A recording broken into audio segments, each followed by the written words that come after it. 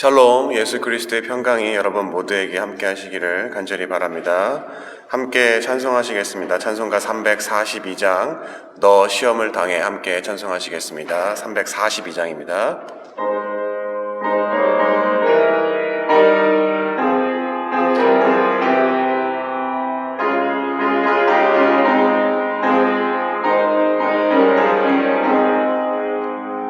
너 시험을 당해 죄 짓지 말고 너 용기를 다해 곧 물리쳐라. 너 시험을 이겨 새 힘을 얻고 주 예수를 믿어 늘 승리하라. 우리 구주의 힘과 그의 위로를 빌라. 주님 내 편에 서서 항상 도우시리. 내 친구를 삼가 잘 선택하고 논행을 삼가 늘 조심하라. 너 열심을 다해 늘 충성하고 온 정성을 다해 주 봉사하라. 우리 구주의 힘과 그의 위로를 빌라. 주님 내 편에 서서 항상 도우시리. 잘 이기는 자는 상 받으리니 너 낙심치 말고 늘 전진하라. 내 구세주 예수 힘 주시리니 주 예수를 믿어 늘 승리하라. 우리 구주의 힘과 그의 위로를 빌라. 주님 내 편에 서서 항상 도우시리. 아멘. 찬송가 337장 내 모든 시험 무거운 짐을 찬송하시겠습니다. 337장입니다.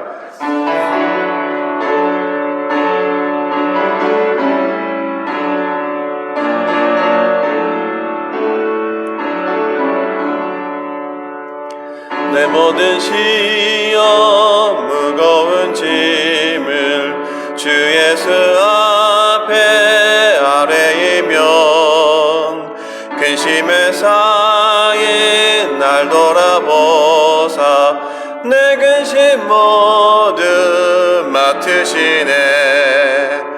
무거운 짐을 나 홀로 지고 견디다 못해 쓰러질 때 불쌍히 여겨 구원해 주리. 은혜의 주님 오직 예수. 내 모든 괴로움 닥치는 환난 주 예수 앞에 아뢰이면 주께서 친히 날 구해 주사 넓으신 사랑 베푸시네. 무거운 짐을 나 홀로 지고 견디다 못해 쓰러질 때 불쌍히 여겨 구원해 주리. 은혜의 주님 오직 예수. 내 짐이 점점 무거워질 때 주 예수 앞에 아뢰이면 주께서 친히 날 구해 주사 내 대신 짐을 져주시네. 무거운 짐을 나 홀로 지고 견디다 못해 쓰러질 때 불쌍히 여겨 구원해 주리.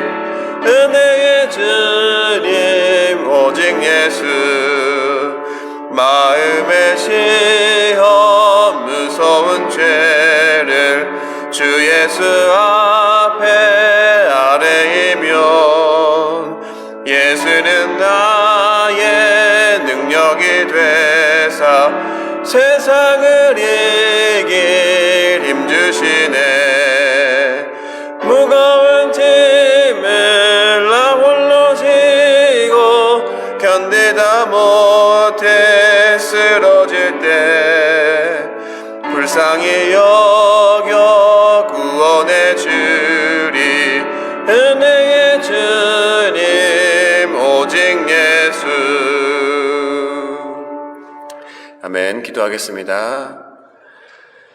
사랑해 주님 감사합니다. 우리를 날마다 긍휼히 여겨주시고 불쌍히 여겨주셔서 우리가 무겁고 힘든 짐을 홀로 지다 쓰러질 때 우리를 일으켜 세워주시고 또 세임 주시니 감사합니다. 우리 삶 가운데 내려놓지 못한 짐들이 있으면 이 시간 주님 앞에 온전히 내려놓게 주님 도와주시고 신령과 진정으로 주님 앞에 예배드리고 주님 간구할 때 우리 마음 가운데 세상에서 줄 수 없는 위로와 평안함이 넘칠 수 있도록 주님 도와주시옵소서. 이 어려운 시기가 지나가면서 많은 사람들이 믿음이 연약해지고 또 많은 일들을 통하여서 낙심하고 낭망할 때가 많이 있습니다.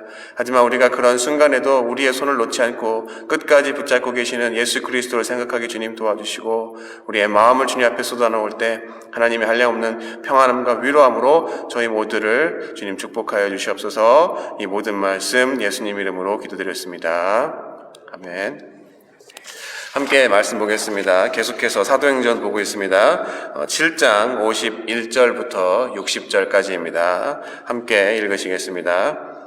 목이 곧고 마음과 귀에 할례를 받지 못한 사람들아, 너희도 너희 조상과 같이 항상 성령을 거스리는도다. 너희 조상들이 선지자들 중에 누구를 박해하지 아니하였느냐?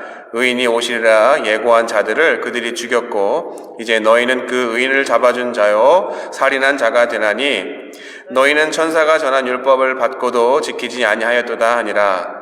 그들이 이 말을 듣고 마음에 찔려 그를 향하여 이를 갈거늘 스데반이 성령 충만하여 하늘을 우러러 주목하여 하나님의 영광과 및 예수께서 하나님 우편에 서신 것을 보고 말하되 보라 하늘이 열리고 인자가 하나님 우편에 서신 것을 보느라 한데 그들이 큰 소리를 지르며 귀를 막고 일제히 그에게 달려들어 성 밖으로 내치고 돌로 칠세 증인들이 옷을 벗어 사울이라 하는 청년의 발 앞에 드니라. 그들이 돌로 스데반을 치니 스데반이 부르짖어 이르되 주 예수여 내 영혼을 받으시옵소서 하고 무릎을 꿇고 크게 불러 이르되 주여 이 죄를 그들에게 돌리지 마옵소서 이 말을 하고 자니라. 아멘. 데자뷰라는 말이 있습니다. 불어로 이미 보았다라는 뜻인데 어떤 일이나 현상을 접했을 때 이전에 보았거나 경험했던 것 같은 기분이 들 때 쓰는 말입니다.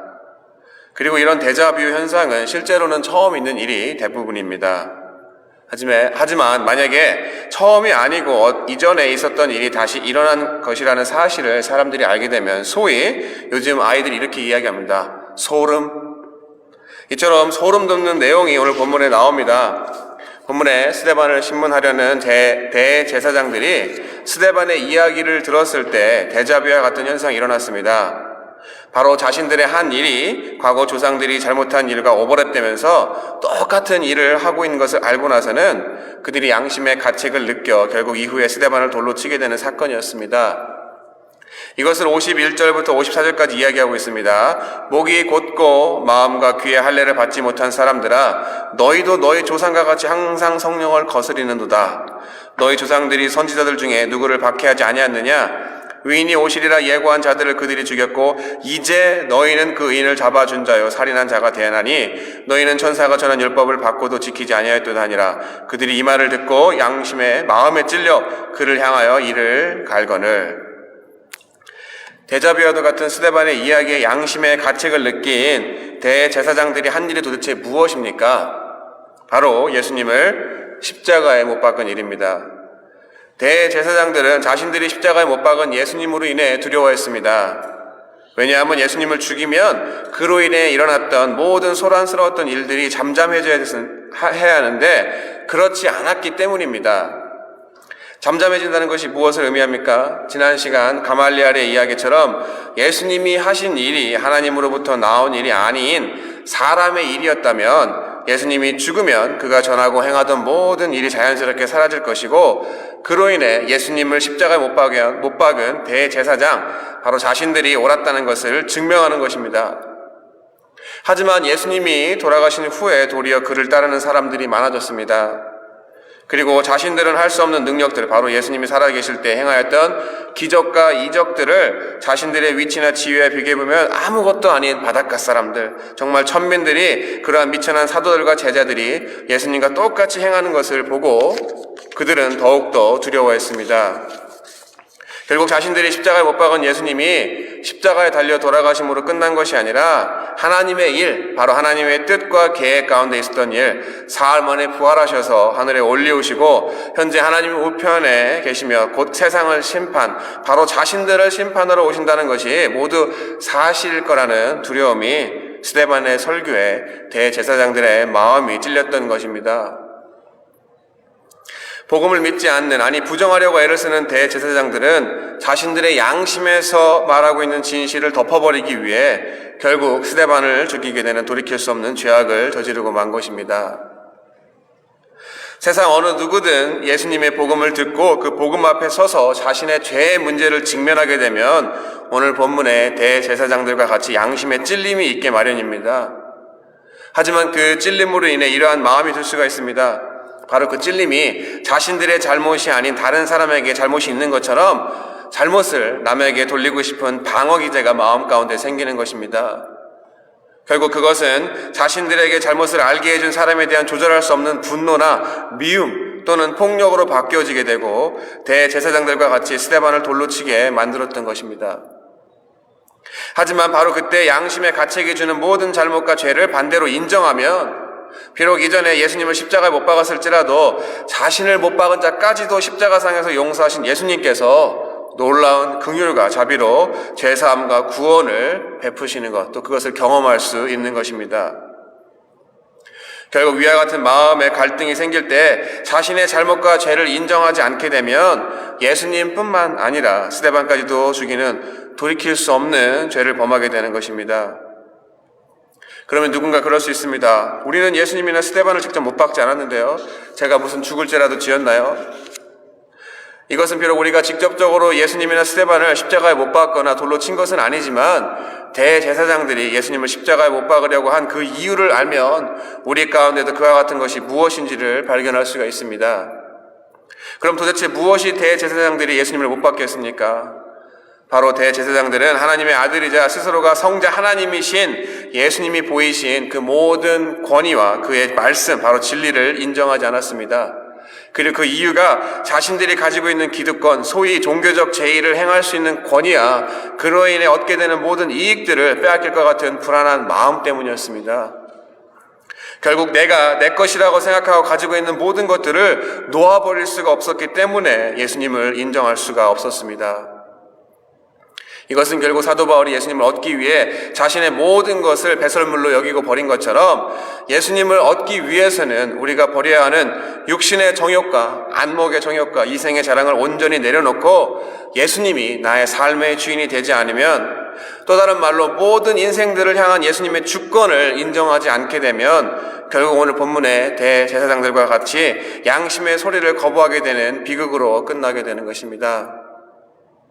사랑하는 성도 여러분, 우리의 삶 속에서 내가 내려놓지 못하고 여전히 가지고 있는 것들, 바로 하나님의 말씀에 양심이 반응함에도 불구하고 그것을 거부하거나 부정하려는 마음이 있으시다면 이 아침 성령의 도우심을 간구하시고 그의 능력으로 나의 과거의 삶의 모습들은 다시 한번 십자가에 못 박고 부활하신 예수님과 함께 새로운 모습으로 다시 한번 거듭나는 저와 여러분이 되시기를 간절히 바랍니다. 기도하겠습니다. 하나님 감사합니다. 우리의 삶 속에 예수 그리스도보다 더 큰 자아가 있습니다. 또 우리가 기대하고 바라는 것들, 우리가 가지고 있는 것들이 있습니다. 하지만 그것들을 예수 그리스도를 얻기 위해서 내려놓지 못하고 날마다 마음 가운데 번민하고 갈등하고 있다면 이 시간 온전히 그 모든 것들을 십자가 앞에 내려놓고 그리스도와 함께 십자가 앞에 죽었을 때 우리를 다시 살리시는 하나님의 부활의 능력을 경험하게 주님이 도와주셔서 그리스도 안에 있는 새 피조물로 말미암아 우리 삶 속에 나와 모든 상황들은 간곳 없고 구속한 주의 은혜로 말미암아 날마다 기쁨과 감사가 우리 입술을 통하여서 우리 삶을 통하여서 드러날 수 있도록 주님 축복하여 주시옵소서. 이 시간 어떠한 문제를 가지고 나왔을지라도 주님 앞에 다 내려놓을 때 하나님이 그 마음을 덜어주시고 해결할 수 있는 놀라운 역사가 우리 가운데 임할 수 있도록 축복하여 주시옵소서. 이 모든 말씀 살아계신 예수 그리스도의 이름으로 기도드렸습니다. 아멘.